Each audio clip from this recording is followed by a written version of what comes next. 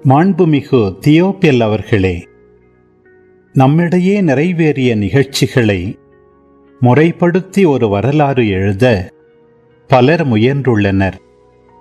தொடக்கம் முதல் நேரில் கண்டும் இறைவார்த்தையை அறிவித்தும் வந்த ஊழியர் நம்மிடம் ஒப்படைத்துள்ளவாறே எழுத முயன்றனர். அதுபோலவே நானும் எல்லாவற்றையும் தொடக்கத்திலிருந்தே கருத்தாய் ஆய்ந்து நீர் கேட்டறிந்தவை உறுதியானவை என தெரிந்து கொள்ளும் பொருட்டு அவற்றை ஒழுங்குபடுத்தி உமக்கு எழுதுவது நலம் என கண்டேன்.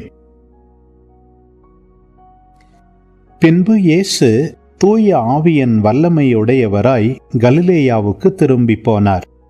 அவரை பற்றிய பேச்சு சுற்றுப்புறம் எங்கும் பரவியது.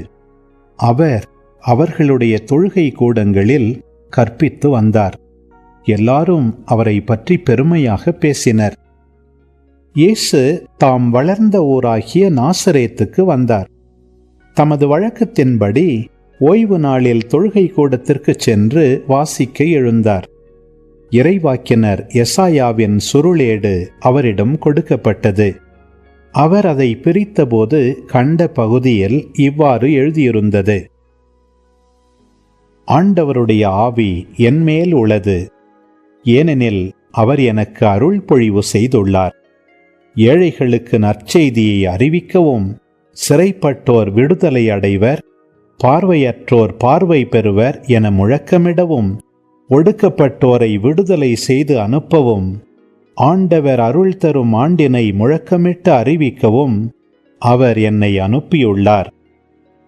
பின்னர் அந்த ஏட்டை சுருட்டி ஏவலரிடம் கொடுத்துவிட்டு அமர்ந்தார்.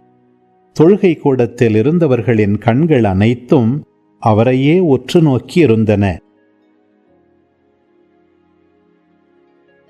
அப்பொழுது அவர் அவர்களை நோக்கி, நீங்கள் கேட்ட இந்த மறைநூல் வாக்கு இன்று நிறைவேறிற்று என்றார்.